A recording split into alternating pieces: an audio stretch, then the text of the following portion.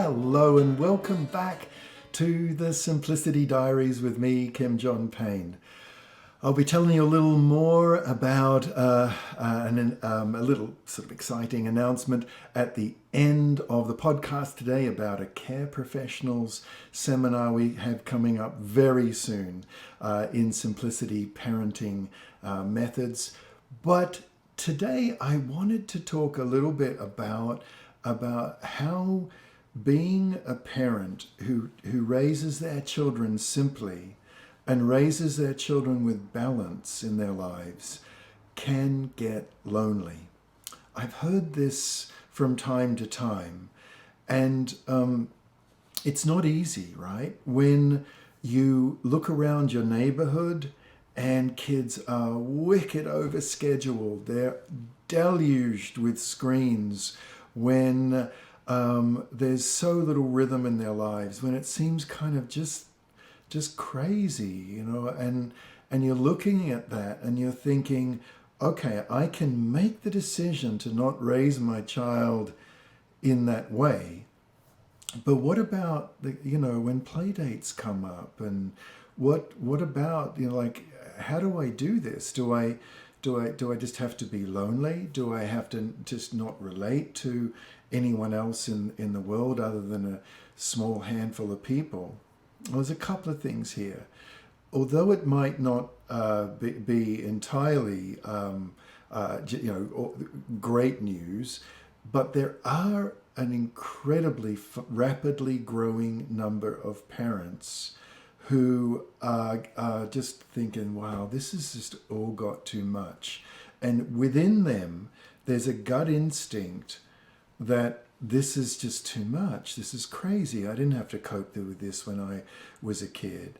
And a bunch of parents have said to me over the years, when they just stay within their lane, stay within their own circle of control and just raise their kids simply, stick to their values, they're often approached by other parents saying, how do you do that? What are you doing with that? And that's where it's not your circle of control, but it's your circle of influence. Just by staying in your lane, just by being able to do what you do, raise balanced kids, other people start to notice. It takes a while, but they do start to notice. Extended families start to notice. The other teachers certainly start to notice. So one message that is not, immediate, but my message is hang in there. Honestly, hang in there. But more to the present.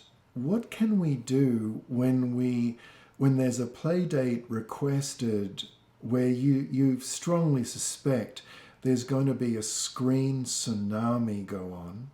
There's going to be gaming go on. There's going to be unlimited kind of access to sugar, just to a little. There's going to be very probably difficulties around boundaries, the kind of language that is used, the kind of difficult, aggressive words that are going to be used.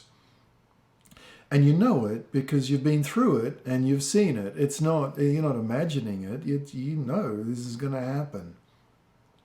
What can we do practically? Well, one of the sort of the more effective steps that parents, and you may have already practiced this, but some parents say, it's important to do activity-based play dates, not just hanging out play dates, not just hanging around. They're the ones that can really go wrong. But when they're more activity-based, when they involve baking, they involve building, they involve a project. It might be biking or roller skating, or that you organize a play date along an activity sort of theme of some sort or another. It seems to help kids because they're looking forward. They're actually doing something together, and much less just hangout time where goofiness and silliness can happen, but they're also not being micromanaged either. Some parents have gone to the extent of getting little boxes that are like shoe boxes together. 3 kids are coming over, so they'll have 3 shoe boxes of some project and crafting material that they're pretty sure the kids will enjoy. And other parents have even said to me their place becomes a fairly popular playdate space because the kids get to do cool stuff and they get to take it home and be kind of proud of the project they've made, or the muffins or the cookies that they've made, and so on and so on. The other thing I hear a lot is limiting the time, so that the time of the play date doesn't just go on and on and on. Some parents have actually said when they're first getting this together, it's more like a pop-in than it is a longer play date. Some parents have said they prefer play dates not at their home.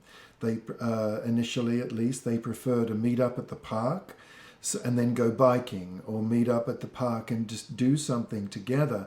And in that way, when it all gets a bit much, you can leave. But other parents have said, actually, I prefer to have the kids come over to my home and have it be for a limited time. And in that way, I can set things up and we can have a really cool time. We can do really great stuff, and it goes well. Couple of last little things about this. Some parents have actually taken up this message in Simplicity Parenting about rhythm, and they've made play dates rhythmical. So they'll say something like, for little children, if they've got half days at kindergarten or whatever, every Thursday afternoon will be play date afternoon, or every Saturday morning will be park morning. And in that way, the children involve play dates in a rhythm, and they're not always nagging and badgering, wanting play date.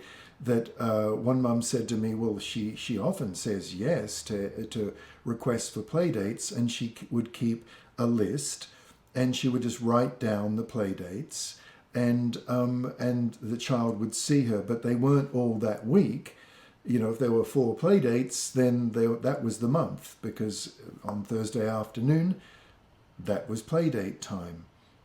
The other parents, and a couple of just last hints now, have said, this is obvious, right? But limiting numbers and not having too many kids over. Some parents have said it's optimal to have 3, not always just 2, depending on the kind of temperament of the kids coming over. Others have said, no, they're perfectly fine having 2. Very few parents have said they're fine having large numbers. So all these things, you might think, well, hang on, isn't that over controlling my kids' play dates? And you know, I don't think it's over controlling one little bit. It's connecting. It's connecting with your child and their friends, and it's being able to give. It does involve giving up your time. It absolutely does. There's no way around that, right? But it means living closer to your values. And if you do give up that couple of hours a week for a play date, and it's been closer to your values and hasn't just gotten crazy, where you've had to pick up the pieces for days afterwards, it's just a really wise investment every which way round.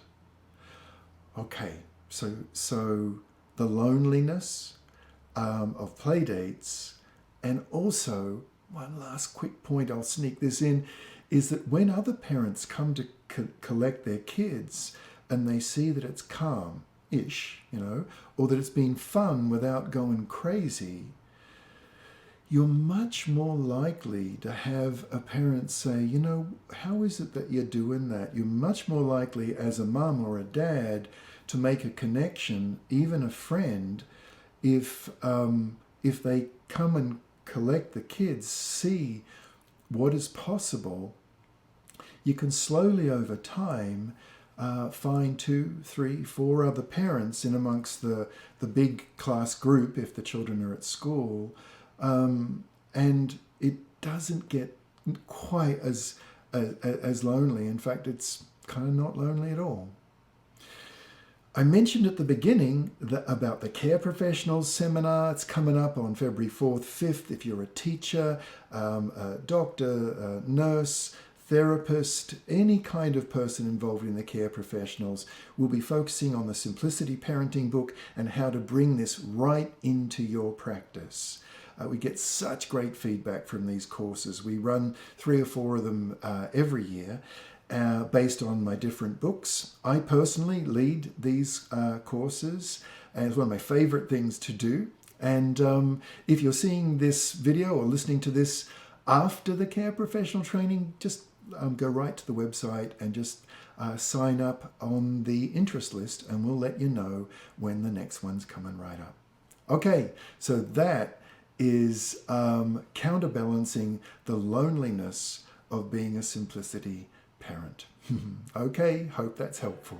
Bye-bye for now.